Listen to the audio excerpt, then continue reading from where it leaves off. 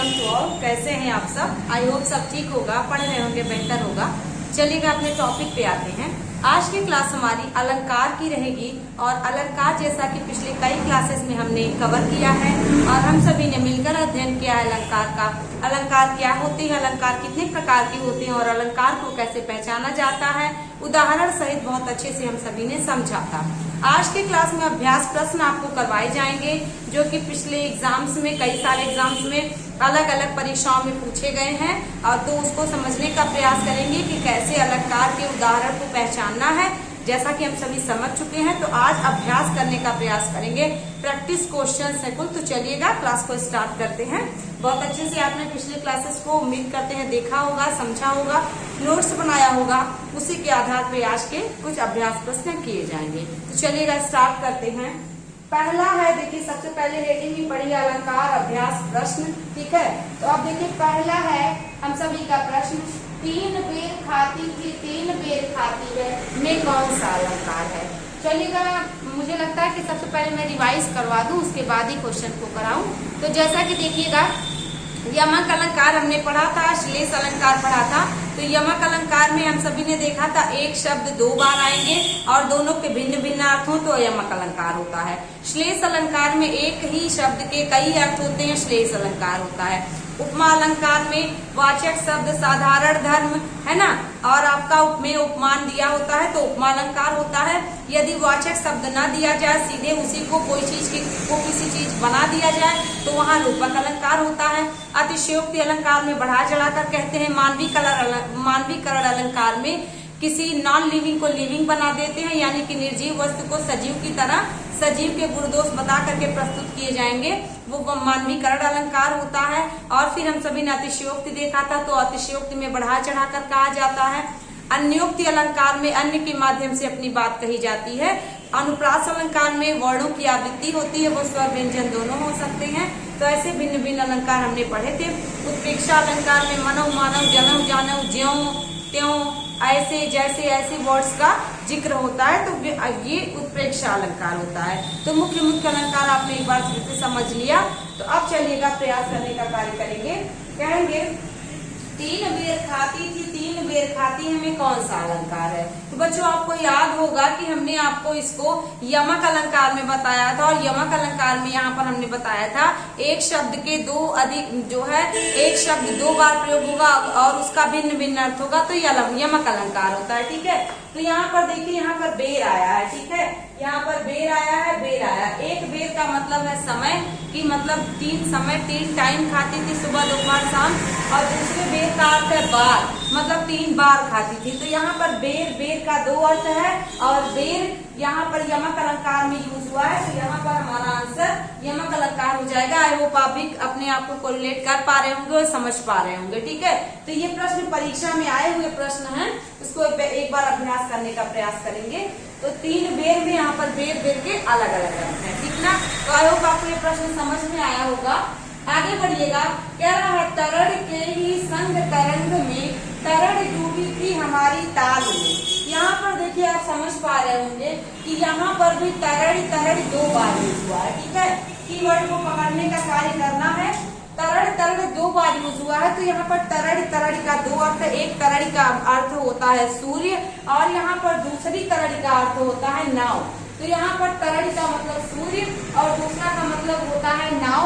तो यहाँ पर आपको फिर से वही यमक अलंकार मिला, एक शब्द का एक से अधिक बार प्रयोग परंतु अर्थ भिन्न भिन्न, वहां पर यमक अलंकार होगा। ठीक है, तो आप देख पा रहे होंगे कि यहाँ पर तरड़ का एक अर्थ है सूर्य और दूसरा तरड़ का अर्थ है नाव। यहाँ पर एक शब्द एक से अधिक बार प्रयोग, अर्थ भी अलग अलग, तो यहाँ पर भी यमक अलंकार हुआ। अब कह रहा है कि जैसे नाव डूब रही थी तरंग में यानी कि लहरों में, उसी प्रकार से हमारी ताल में सूर्य की प्रकाश भी, यानी कि सूर्य भी, सूर्य की छाया भी आप कह सकते हैं, तो वैसे सूर्य भी डूबा था नाव की तरह ही। तो तरड़ी मतलब सूर्य, तरड़ी मतलब नाव, क्योंकि जब भी पानी में देखा जाए तो पानी में जो भी चीज ऊपर से देखी जाए तो उसकी छाया पानी में दिखाई देती है। तो यहाँ पर सूर्य के डूबने की बात, सूर्य भी डूबा है क्योंकि छाया है सूर्य की, और नाव तो डूबी थी। तो यहाँ पर देखिएगा यमक अलंकार यहाँ भी हमारा आंसर हो जाएगा। तो आई होप आपको तनिक भी कंफ्यूजन नहीं हो रहा होगा, आप अपने आप को कोरिलेट कर पा रहे होंगे।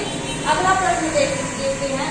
यहाँ पर कह रहा है चरर मरर खुल गए अरर खसखुटों में, ये पंक्ति है, इसमें कौन सा अलंकार है? तो आप देख पा रहे होंगे चरर मरर अरर ऐसे वर्ड आ रहे हैं। तो यहाँ पर आप देखिएगा चरर मरर, तो यहाँ पर क्या हो रहा है? यहाँ पर साउंड की तो आवृत्ति हो ही रही है तथा वर्ड की भी आवृत्ति हो रही है, र की आवृत्ति हो रही है, ठीक है। तो यहाँ पर रा की आवृत्ति होने की वजह से तथा ध्वनियों की भी आवृत्ति हो रही है, चरर मरर, है ना। तो यहाँ पर क्या है? श्लेष अलंकार बिल्कुल नहीं हो सकता, उत्प्रेक्षा अलंकार भी नहीं हो सकता है, यहाँ पर अनुप्रास अलंकार ही है, यमक भी नहीं है, क्योंकि आप जानते हैं कि श्लेष अलंकार में एक शब्द का एक बार प्रयोग अर्थ भिन्न भिन्न है। जैसे आपने सीखा था, बहुत सारे हैं, मांगन को देख पट देती बार बार, या कह सकते हैं सुबिरन को हेरत फिरे कव्यभिचारी चोर, ठीक है, रहीमन पानी राखिए बिन पानी सब चोर, ये सब श्लेष अलंकार के उदाहरण है। यहाँ पर श्लेष अलंकार बिल्कुल नहीं है। उत्प्रेक्षा अलंकार में ज्यों त्यों मनव मानव जनव जानू ये सब आएगा, यहाँ ये भी नहीं है। यमक अलंकार में एक शब्द का दो बार प्रयोग तो भी नहीं किया हुआ है, यहाँ पर अनुप्रास अलंकार होगा। आई होप आप भी कोरिलेट कर पा रहे होंगे, आप भी सॉल्व किए होंगे, ठीक है। अगला प्रश्न देखिएगा, कह रहा है संतों भाई आई ज्ञान की आंधी रे। तो यहाँ पर क्या कहा जा रहा है कि संतों भाई आई ज्ञान की आंधी रे, तो यहाँ पर ज्ञान की आंधी को कह रहा है। तो ज्ञान की आंधी यानी कि ज्ञान को आंधी बता दिया गया है। यहाँ पर देखिएगा पंक्ति में कौन सा अलंकार है? उपमा अलंकार। यहाँ पर उपमा अलंकार यदि होता तो यहाँ पर आप देखिएगा साधारण धर्म होता, वाचक शब्द होता, उपमेय और उपमान होता। सबसे पहले वाचक शब्द होना चाहिए, तो यहाँ पर वाचक शब्द नहीं है, ठीक है, तो उपमा अलंकार नहीं हो सकता। अन्योक्ति अलंकार, अन्य के माध्यम से भी कोई बात नहीं कही जा रही है। अन्योक्ति अलंकार का सबसे बढ़िया उदाहरण यही मिलता है, नहीं पराग नहीं मधुरमल नहीं विकास यही काल, अली कली में बिंदु, तो आगे कौन हवाल, ठीक है। यहाँ पर ये भी नहीं है, अन्योक्ति अलंकार भी नहीं है, अतिशयोक्ति अलंकार भी नहीं है। इसको समझने का प्रयास करिएगा। यहाँ पर बढ़ा चढ़ाकर नहीं कहा गया है, यहाँ पर ज्ञान को आंधी कह दिया गया है, और यहाँ पर ये रूपक अलंकार होता है, ठीक है। किसी चीज को कोई बात कह देना तो वहाँ पर रूपक अलंकार होता है। यदि बढ़ा चढ़ा करके कहता तो अतिशयोक्ति अलंकार होती। यहाँ ज्ञान को आंधी कह दिया है, तो बिना किसी कहते हैं विभेद रहित आरोप, यानी कि कोई भी डिफरेंस ना हो। चंद सामुख न कह के चंद्र ही मुख है, मुख ही चंद्र है, ऐसे कह दिया जाए, ठीक है। यहाँ पर वाचक शब्द का क्या हो? अनुपस्थिति हो तो उपमा अलंकार, वाचक शब्द होता है तो उपमा अलंकार, वाचक शब्द ना हो तो रूपक अलंकार। तो यहाँ वाचक शब्द नहीं है, इसलिए रूपक अलंकार है। सा सरिस सी ऐसे कुछ होता तो यहाँ पर वाचक शब्द होता तो उपमा हो जाता, ऐसा कुछ भी नहीं है, इसलिए यहाँ पर रूपक अलंकार होगा। तो उम्मीद करते हैं आपको यहाँ तक समझ में आया होगा। आगे बढ़ते हैं। सुबिरन को ढूंढत फिरे कवि व्यभिचारी चोर, ठीक है। तो यहाँ पर देखिए मात्र एक पंक्ति में कह दिया गया है, ठीक ना।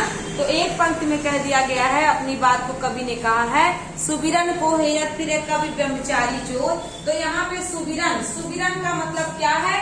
सुबिरन के कई अर्थ हैं, ठीक है। यहाँ पर ये सुबिरन आपको जब हमने श्लेष अलंकार पढ़ाया था तो श्लेष अलंकार में हमने आपको बताया था बहुत सारे उदाहरण। तो यहाँ पे हमने बताया था सुबिरन का भी एक वर्ड का कई अर्थ होता है, तो यहाँ पर श्लेष अलंकार होता है। तो सुबिरन का मतलब देखिए कवि के लिए सुबिरन का तात्पर्य अच्छे अच्छे वर्ड, अच्छे अच्छे शब्द। तो यहाँ पर देखिए सुबिरन की बात करेंगे तो कवि के लिए अच्छे अच्छे शब्द हैं, व्यभिचारी के लिए सुंदर स्त्री है सुबिरन का अर्थ, और चोर के लिए सुबिरन का अर्थ सोना। तो यहाँ पर without any doubt we can say उपमा अलंकार, यमक अलंकार, संदेह अलंकार बिल्कुल नहीं, तीनों गलत है। यहाँ पर श्लेष अलंकार उदाहरण होगा। उपमा अलंकार क्यों नहीं होगा? क्योंकि वाचक शब्द नहीं आया है, ठीक है, इसलिए उपमा अलंकार नहीं होगा। यमक अलंकार भी नहीं होगा क्योंकि एक शब्द का एक से अधिक बार प्रयोग नहीं हुआ है, ठीक है। संदेह अलंकार भी नहीं होगा क्योंकि यहाँ पर कोई संदेह नहीं दिखाया जा रहा, इसलिए संदेह अलंकार भी नहीं होगा। यहाँ पर श्लेष अलंकार ही होगा।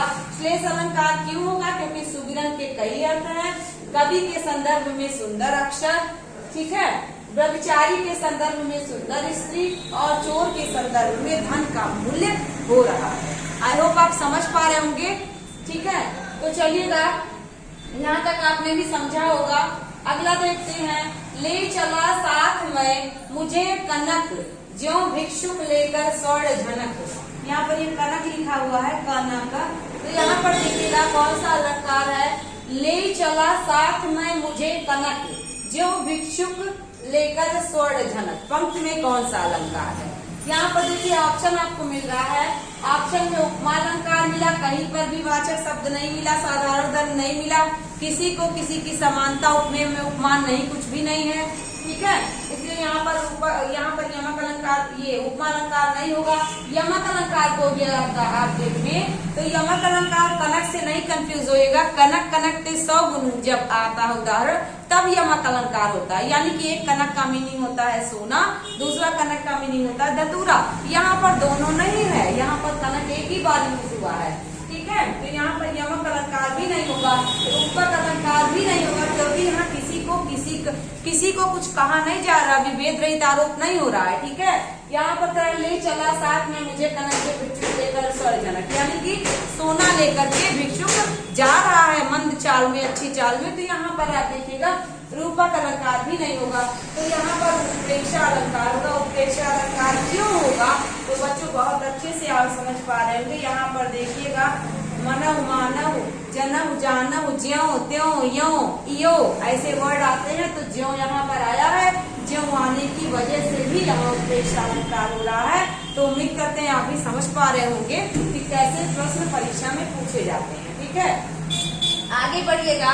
आगे कह रहा है, संदेशन मधुबन कूप भरे। पंक्ति में कौन सा अलंकार है?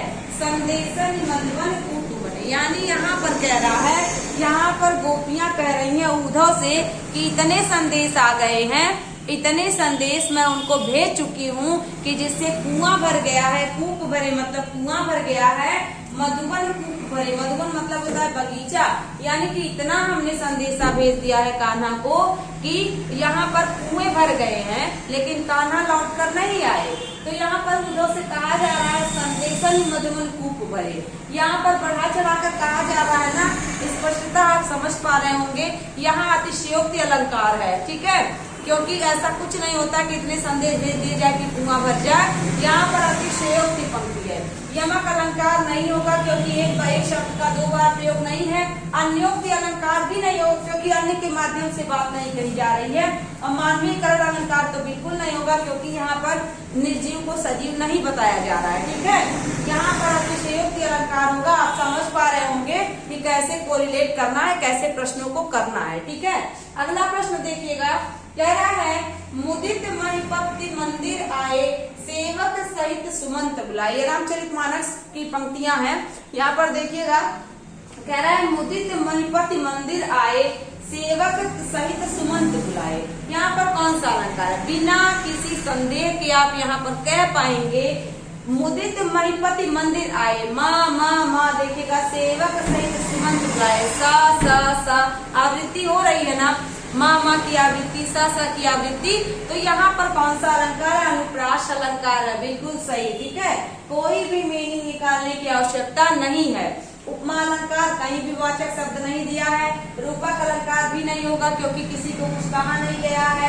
और यमक अलंकार भी नहीं होगा क्योंकि एक शब्द का एक से अधिक बार प्रयोग नहीं हुआ है। तो बिल्कुल आप भी ऐसी परीक्षा में ही तर्क लगाने का प्रयास करिएगा। जरूरी नहीं है कि पढ़े हुए एग्जाम्पल ही परीक्षा में आए, लेकिन अगर आते हैं तो बहुत अच्छी बात है। तो आप दोनों तरीके से तैयार रहिएगा कि जैसे अगर रिपीटेड क्वेश्चंस आ जाते हैं तो अच्छी बात है, और यदि कुछ ऐसे प्रश्न, ऐसी पंक्तियां मिल जाती हैं जो अलग थोड़ी हो या जो साधारण किताबों में ना मिले, क्योंकि कोई भी टॉपिक एक किताब में आपको नहीं मिल सकता है, तो आप मेरी क्लास को अटेंड करके अपने आप कॉन्फिडेंस बूस्ट कर सकते हैं और आप नोट्स बना लीजिएगा। तो इसी के इर्द गिर्द आपको प्रश्न मिल जाएंगे, या कह सकते हैं यही प्रश्न पूछे जाएंगे। क्यों? क्योंकि एक निश्चित, जैसे तरल तड़िया तरुवर तटु छाए, ये प्रश्न कई बार परीक्षा में पूछा गया है। तो अब ये प्रश्न आप किसी भी किताब में मिलेंगे, देखेंगे, तभी अनुप्रास का एक चिर परिचित उदाहरण है। तो ऐसे बहुत सारे मिलेंगे आपको। ठीक है, तो आप ये समझने का प्रयास करिएगा कि आप भी जब भी वर्ड की आवृत्ति हो, जब भी ध्वनियों की आवृत्ति हो, यहाँ पर स्वर व्यंजन कुछ भी हो सकता है, तो वहां पर अनुप्रास अलंकार होता है। तो आप भी समझ रहे होंगे। अगला देखिएगा प्रश्न, मिटा मोद, ठीक है, देखिएगा कह रहा है मिटा मोद मन भय मलिने, वही चीज फिर से मामा की आवृत्ति हो रही है ना, मिटा मोद मन भय मलिने, माँ की आवृत्ति हो रही है। यहाँ पर भी अनुप्रास अलंकार है। यहाँ का अलंकार देखिए दो बार, एक शब्द दो बार नहीं यूज हुआ है। भ्रांतिमान अलंकार मतलब भ्रम हो जाना, बिल्कुल कुछ भी नहीं, यहाँ तो भ्रम खत्म हो रहा है, ठीक है। श्लेष अलंकार भी नहीं है कि एक शब्द का एक से अधिक बार प्रयोग हो, यहाँ पर भी अनुप्रास अलंकार है, ठीक है। तो कितना अच्छा लग रहा है करते हुए, आप समझ पा रहे होंगे। अगला प्रश्न देखिएगा, कह रहा है काली घटा का घमंड घटा, ये तो चिरपरिचित उदाहरण, बहुत ही बार बार परीक्षा में पूछा गया है, यमक अलंकार का उदाहरण है। आप जान पा रहे हैं काली घटा का घमंड घटा, आपको बताया भी गया है।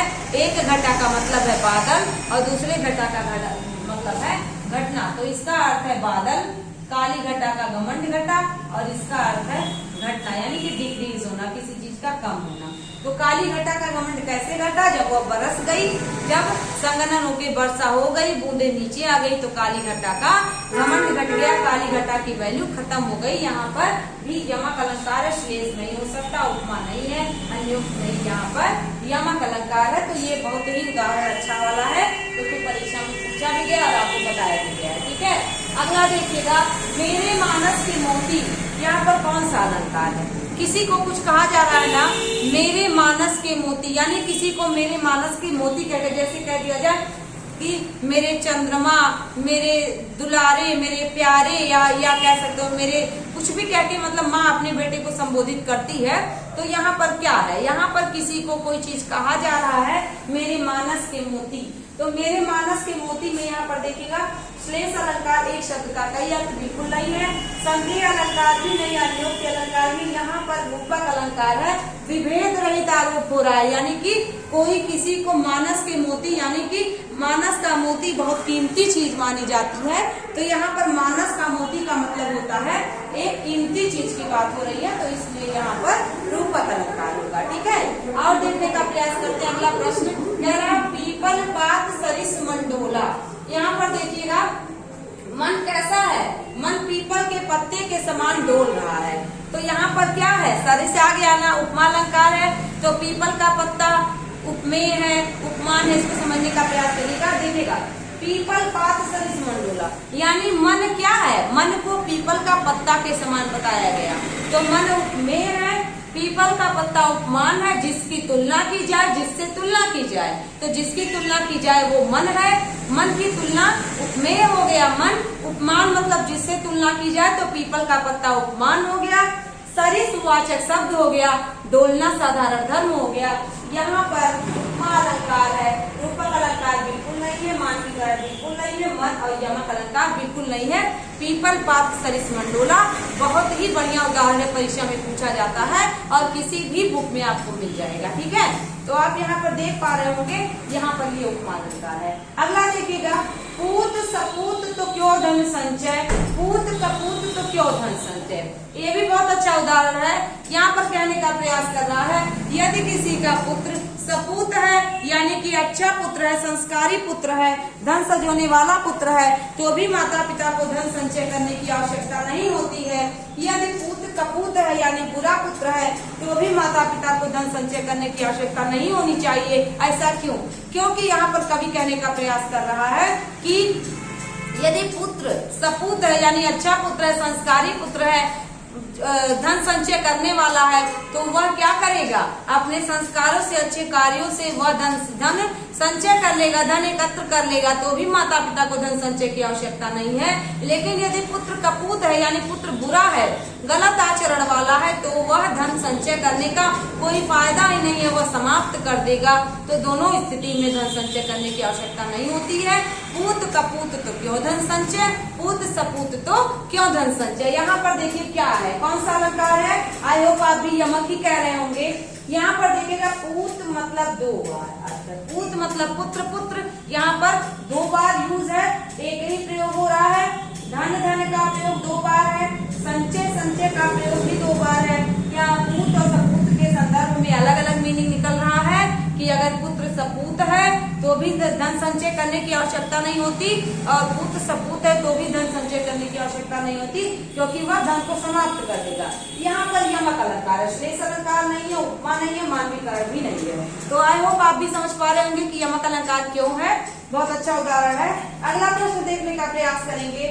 सो सुख सुजस सुलभ मुनि स्वामी सा सा सा। तो देख पा रहे हैं कि सा की आवृत्ति हो रही है ना। सो सुख सुजस सुलभ मुनि स्वामी, सा की आवृत्ति हो रही है। यहाँ पर भी पहले ही अनुप्रास अलंकार मिल गया, उत्प्रेक्षा नहीं है, यमक नहीं है, मानवीकरण नहीं है, क्योंकि यमक में 2 बार आवृत्ति है ही नहीं, और उत्प्रेक्षा में जनु मनु जनऊ ज्यों ऐसा कुछ भी नहीं है। मानवीकरण में भी नॉन-लिविंग पुल्लिंग नहीं बताया जा रहा है। यहाँ पर अनुप्रास अलंकार है, सा की आवृत्ति हो रही है। ठीक है, अगला प्रश्न देखने का प्रयास करेंगे। उद्धव जोग जोग हम नाही, यह उदाहरण आपको मैंने समझाया है, तो आप इसको करने का प्रयास करिएगा। उद्धव जोग जोग हम नाही, और बताइए इसमें क्या है। बिल्कुल सही, आप सही कह रहे हैं। यहाँ पर यमक अलंकार है। यहाँ पर यमक अलंकार क्यों है? क्योंकि आपको हमने बताया था कि जब गोपियां उद्धव आते हैं, बार बार कृष्ण उद्धव को भेजते हैं कि जाओ गोपियों को समझाओ कि मेरे लिए इतना परेशान ना हो, मेरे लिए इतना दुखी ना हो, और अब मैं आगे बढ़ चुका हूँ, मेरी अलग दुनिया हो गई है। तो यहाँ पर गोपियां उद्धव से कहती हैं, हे उद्धव कहते हैं कि तुम इतना कान्हा के लिए मत परेशान हो, तुम पूजा पाठ में मन लगाओ, तुम योग करो। ठीक है, कान्हा को इतना मिस करके अपनी जिंदगी पर तबाह ना करो। तो यहाँ पर गोपियां कान्हा से, यहाँ पर गोपियां उद्धव से कहती है, उद्धव जोग जोग हम नाई, कि हे उद्धव हम जोग, मतलब यहाँ पर जोग का मतलब है योग। ठीक है, यहाँ पर ये वाला पहले वाला जो जोग है वो यहाँ पर योग का मतलब है, साधना का तात्पर्य है, पूजा पाठ का तात्पर्य है। ठीक है, और दूसरा जो जोग है उसका तात्पर्य है योग्य। तो यहाँ पर गोपियां कह रही हैं, हे उद्धव हम जोग यानी कि योग यानी पूजा पाठ साधना के योग्य हम नहीं हैं। तो पहले जोग का तात्पर्य हुआ योग या साधना, दूसरे जोग का तात्पर्य हुआ योग यानी कि योग्य। हे उद्धव हम पूजा पाठ साधना ध्यान के योग्य नहीं है। यहाँ पर देखिएगा योग योग का 2 बार प्रयोग हुआ है, परंतु अर्थ भिन्न भिन्न है। यहाँ पर कौन सा अलंकार है? यमक अलंकार, अनुप्रास अलंकार नहीं, रूपक अलंकार नहीं, उत्प्रेक्षा अलंकार नहीं, यहाँ पर अनुप्रास अलंकार है। तो आप भी समझ पा रहे होंगे 2 बार प्रयोग हुआ है, दोनों का अर्थ भिन्न भिन्न हुआ है। अगला प्रश्न देखने का प्रयास करते हैं। कह रहा है मैया मैं तो चंद खिलौना लय हो। ये भी देखिएगा, मैया मैं तो चंद खिलौना लय हो। यहाँ पर क्या कह रहा है? कान्हा कह रहे हैं अपनी माता से, हे माता मुझे चंद्रमा रूपी खिलौना चाहिए, यानी कि चंद्रमा को उन्होंने खिलौना कह दिया है, विभेद रहित आरोप। कौन सा अलंकार हो गया? यहाँ पर श्लेष अलंकार नहीं, उपमा अलंकार नहीं, रूपक अलंकार है, अनुप्रास अलंकार भी नहीं है, वाचक शब्द नहीं दिया है। श्लेष अलंकार एक शब्द का 2 अर्थ, तो यहाँ भी नहीं हो रहा है। यहाँ पर क्या कह रहा है? रूपक अलंकार है, यानी कि चंद्रमा को खिलौना कह दे रहे हैं कान्हा। तो यहाँ पर मैया मैं तो चंद्र खिलौना लय हूं में रूपक अलंकार है। तो आई होप आप भी समझ पा रहे होंगे रूपक ही क्यों है। ठीक है, अगला प्रश्न देखने का प्रयास करेंगे। सूर सूर तुलसी शशि में कौन सा अलंकार है? तो सूर सूर तुलसी शशि में देखिएगा, यहाँ पर सूर का और सूर का 2 बार प्रयोग हुआ है। ठीक है, तो जब यहाँ 2 बार प्रयोग हो गया तो आप बिना किसी डाउट के यमक अलंकार ही लगा देंगे। अब यहाँ पर मीनिंग क्या है उसको भी समझने का प्रयास करेंगे, क्योंकि अर्थ जानने के बाद दिमाग में बैठ जाती हैं चीजें। तो अनुप्रास अलंकार नहीं, आप ये मत समझिएगा सा की आवृत्ति हो रही है, बिल्कुल नहीं। ठीक है, अनुप्रास अलंकार नहीं है, उपमा अलंकार भी नहीं है, उत्प्रेक्षा अलंकार भी नहीं, यमक अलंकार है, क्योंकि यहाँ सूर का 2 मीनिंग निकल रहा है। ठीक है, एक बार यहाँ पर जो सूर है उसका तात्पर्य हो रहा है सूरदास, और दूसरा सूर जो है यहाँ पर तात्पर्य हो रहा है सूर्य का। ठीक है, तो एक बार सूरदास और दूसरा सूर्य। तो पहले वाले सूर का अर्थ निकल रहा है सूरदास, यानी कि जो आंख से अंधे थे, और दूसरा सूर्य का मीनिंग निकल रहा है कि सूर्य। शशि का मीनिंग तो चंद्रमा होता है, आप जान रहे हैं। ठीक है, सूर सूर तुलसी शशि, यानी कि सूरदास सूर्य है और तुलसीदास चंद्रमा है। तो यहाँ पर क्या हो रहा है, यहाँ पर सूर्य सूर्य तुलसी शशि, यमक अलंकार है, सूर्य सूर्य का 2 बार प्रयोग हुआ है और दोनों के अर्थ भिन्न भिन्न निकल रहे हैं। तो आप देख पा रहे होंगे कैसे प्रश्न परीक्षा में पूछे गए हैं और कैसे आपको भी परीक्षा में प्रश्नों को करने का प्रयास करना है, सॉल्व करने का प्रयास करना और कैसे आपको ट्रिक अप्लाई करना है। तो उम्मीद करते हैं बच्चों आपको ये क्लास बड़ी अच्छी लगी होगी, समझ में आई होगी और आपने प्रैक्टिस करके इसको समझने का प्रयास किया होगा। तो आज की क्लास के लिए बस इतना ही। ऐसे ही अच्छे अच्छे वीडियोस आपको मिलते रहेंगे। तो कोई भी समस्या हो, कोई भी डाउट हो तो आप इसको कमेंट बॉक्स में अपनी समस्या लिखें, क्लास के जरिए आपको समस्या का समाधान किया जाएगा। तो आज के लिए बस इतना ही। Thank you so much. बहुत अच्छे से प्रैक्टिस करिए, नोट्स बनाइए ताकि किसी भी परीक्षा में प्रश्न हाथ से न जाने पाए और आपके मार्क्स बढ़ते चले जाएं। Thank you.